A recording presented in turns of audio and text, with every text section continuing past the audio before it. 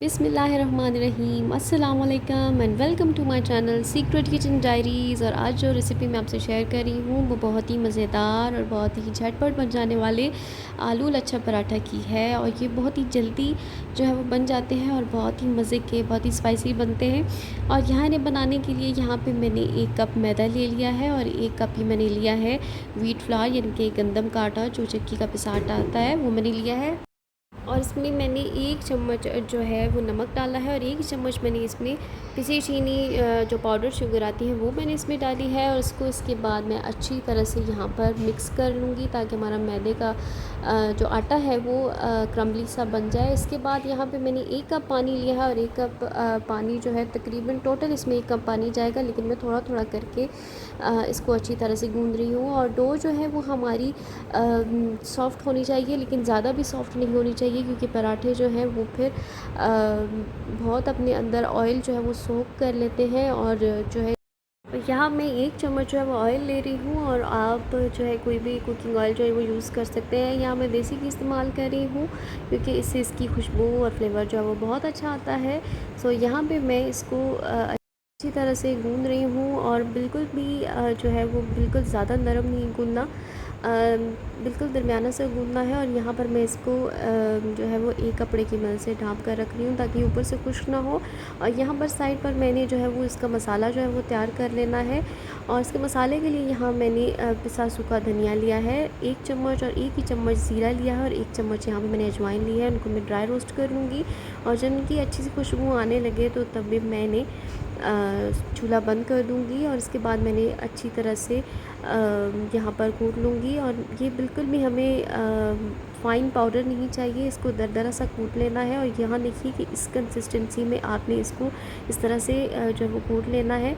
ये मसाला जो है वो बहुत ज़्यादा अच्छी खुशबू देता है आलू के पराठों में और बहुत अच्छा लगता है इसका फ्लेवर जब मुंह में आता है। और यहाँ पर ये तमाम मसाला जो है वो मैंने शामिल कर दिया है आलूओं में। और 4 आलू मैंने बड़े साइज़ के लिए थे जिनको उबाल कर इनका छिलका उतार लिया था। और यहाँ पे मैं 1 चम्मच ली है चाट मसाला की और 1 चम्मच जो है वो इसमें नमक डाला है, आधा चम्मच काली मिर्च पाउडर डाला है और आधा चम्मच ही यहाँ पे मैंने कुटी लाल मिर्च इसमें डाल दी है। और इसके बाद मैंने इसमें 1 मीडियम साइज़ का प्याज लिया था, वो मैंने ऑमलेट कट करके इसमें शामिल कर दिया। इसके बाद मैंने धनिया लिया है और धनिया की डंडियाँ जो है वो आप इसमें ज़रूर शामिल कीजिएगा क्योंकि उनसे भी फ्लेवर बहुत ज़्यादा अच्छा आता है। और इसके साथ ही यहाँ मैंने सब्ज़ मिर्चें ली हैं जो कि मैं इसमें चॉप करके डाल रही हूँ। आप अगर ज़्यादा खाना पसंद करते हैं तो आप उस मिकदार से भी डाल सकते हैं। और इसके साथ ही यहाँ पर मैंने कुछ पुदीने के पत्ते लिए थे जो मैं अभी इसमें चॉप करके डाल रही हूँ। और यहाँ पर मैं इसके बाद सब चीज़ें शामिल करने के बाद हाथों की मदद से अच्छी तरह से आलू को मैश कर लूँगी और उनका मिक्सचर जो है वो अच्छी तरह से बना लूँगी और सब चीज़ें अच्छी तरह से मिक्स कर लूँगी। और यहाँ देखिए कि हमारी डो भी जो है वो अच्छी तरह से सेट हो चुकी है। जहाँ पर हमने अच्छा सा वो मसाला तैयार किया तब तक हमारी डो जो है वो बिल्कुल देखिए कि अच्छी तरह से सेट हो चुकी है। और यहाँ पर मैंने इसको 2 हिस्सों में डिवाइड कर लिया है और इसको 2-2 पेड़ों में बनाकर जो है वो अच्छी तरह से रख लूँगी। और यहाँ पर आप देख सकते हैं कि यहाँ पर मैंने सूखा जो है वो मैदा लिया है और उसके ऊपर मैं इसको अच्छी तरह से जो है वो सेट कर लूँगी। और इसकी मैंने गोल रोटी बिल्कुल नहीं बनानी, यहाँ पे मैं इसकी तकरीबन 4 कोनों वाली जो है वो रोटी यहाँ पे जो है वो बेल लूँगी अच्छी तरह से। और आप देखेंगे कि कुछ ही मिनटों में बहुत जो है क्वांटिटी में पराठे जो है वो हम रेडी कर सकते हैं अच्छी तरह से। और यहाँ पे मैंने इसके ऊपर कुछ ऑयल लगाया है और उसके ऊपर ऑयल लगाने के बाद मैंने यहाँ पर कुछ मैदा छिड़क लिया है। और मैदा छिड़कने के बाद जो है इसको यहाँ पर मैं हाथों की मदद से अच्छी तरह से जो है वो रोल कर लूँगी और बिल्कुल हल्के हल्के हाथ से इसको रोल करना है। और यहाँ पर मैं जो है इसको अच्छी तरह से जो है वो रोल करूँगी पूरी रोटी को। और देखिए कि बहुत ही कम वक्त में बहुत ज़्यादा मिक़दार में पराठे जो हैं वो बन के तैयार हो जाएंगे। और यहाँ पे मैंने इसको अच्छी तरह से रोल कर लिया है, उसके किनारे भी जो है वो बराबर कर लूँगी और अच्छी तरह से इसको 2-2 उंगलियों के फ़र्क से जो है वो थोड़े थोड़े से कट लगा लूँगी। और इसके साथ ही यहाँ पर मैंने इनको काट लेना है अच्छी तरह से। और आप देखेंगे कि एक ही साइज़ के जो पेड़े हैं हमारे लच्छेदार जो पेड़े हैं वो अच्छी तरह से रेडी हो चुके हैं। और इनको दबा कर मैं रोटी की शेप दे लूँगी और इस तरह से यहाँ पर मैं इन्हें किसी प्लेट या ट्रे में रखकर कुछ देर के लिए इन्हें रेस्ट पे छोड़ दूँगी ताकि ये हमारी जो पेड़े हैं वो अच्छी तरह से सेट हो जाएं।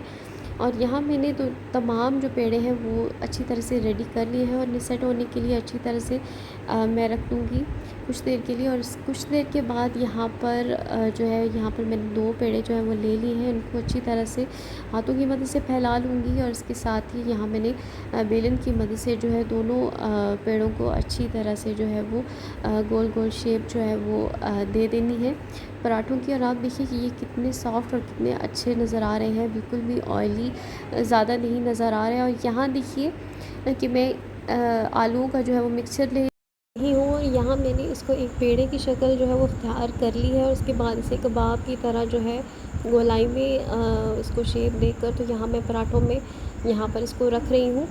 और अच्छी तरह यहाँ पर मैंने इसकी साइड्स जो है वो अंदर कर ली है मसाले की। और उसके बाद अब जो दूसरी जो रोटी मैंने बेल के रखी थी, अब उसको मैं इसके ऊपर अच्छी तरह से रख दूँगी, और अच्छी तरह से इसको बंद कर दूँगी, ताकि किनारे जो है वो कुकिंग के दौरान या बेलने के दौरान जो है वो खुले नहीं।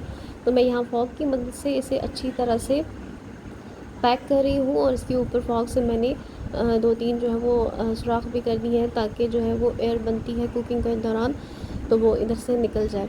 तो यहाँ पर अब मैं इसे सूखा आटा लेकर इसे अच्छी तरह से यहाँ पर रोटी को सबसे पहले सेट करूँगी, और इसके बाद जो है वो बेलन की मदद से यहाँ मैं इसको अच्छी तरह से बेल कर जो है इसका पराठा बना लूँगी।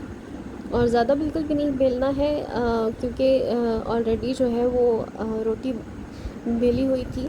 तो यहाँ पर मैं इसे थोड़ा सा ही बेलूँगी, और देखिए कि कितना मज़ेदार सा और कितना अच्छा सा हमारा पराठा जो है वो बिल्कुल कुकिंग के लिए रेडी है।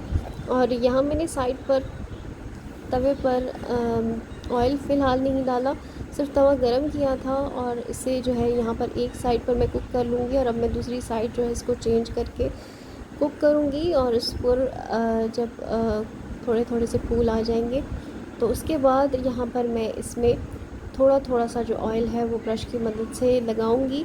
पहले एक साइड से इसको जो है ऑयल लगा कर कुक करूँगी, और उसके बाद इसकी साइड जो है वो मैं चेंज करूँगी।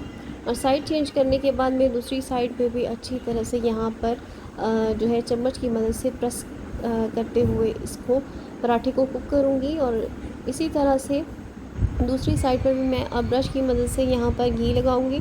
और यहाँ पर मैं देसी घी इस्तेमाल करी हूँ, आप चाहें तो आप नॉर्मली जो घी इस्तेमाल करते हैं आप वो भी कर सकते हैं। देसी घी से फ्लेवर बहुत अच्छा आता है, इसलिए मैं यहाँ ये घी इस्तेमाल कर रही हूँ। और देखिए कि हमारा पराठा जो है कितना अच्छा सा कुक हो चुका है, और कितना अच्छा सा इस पर कलर आ चुका है, और ये अच्छी तरह से जो है पक चुका है।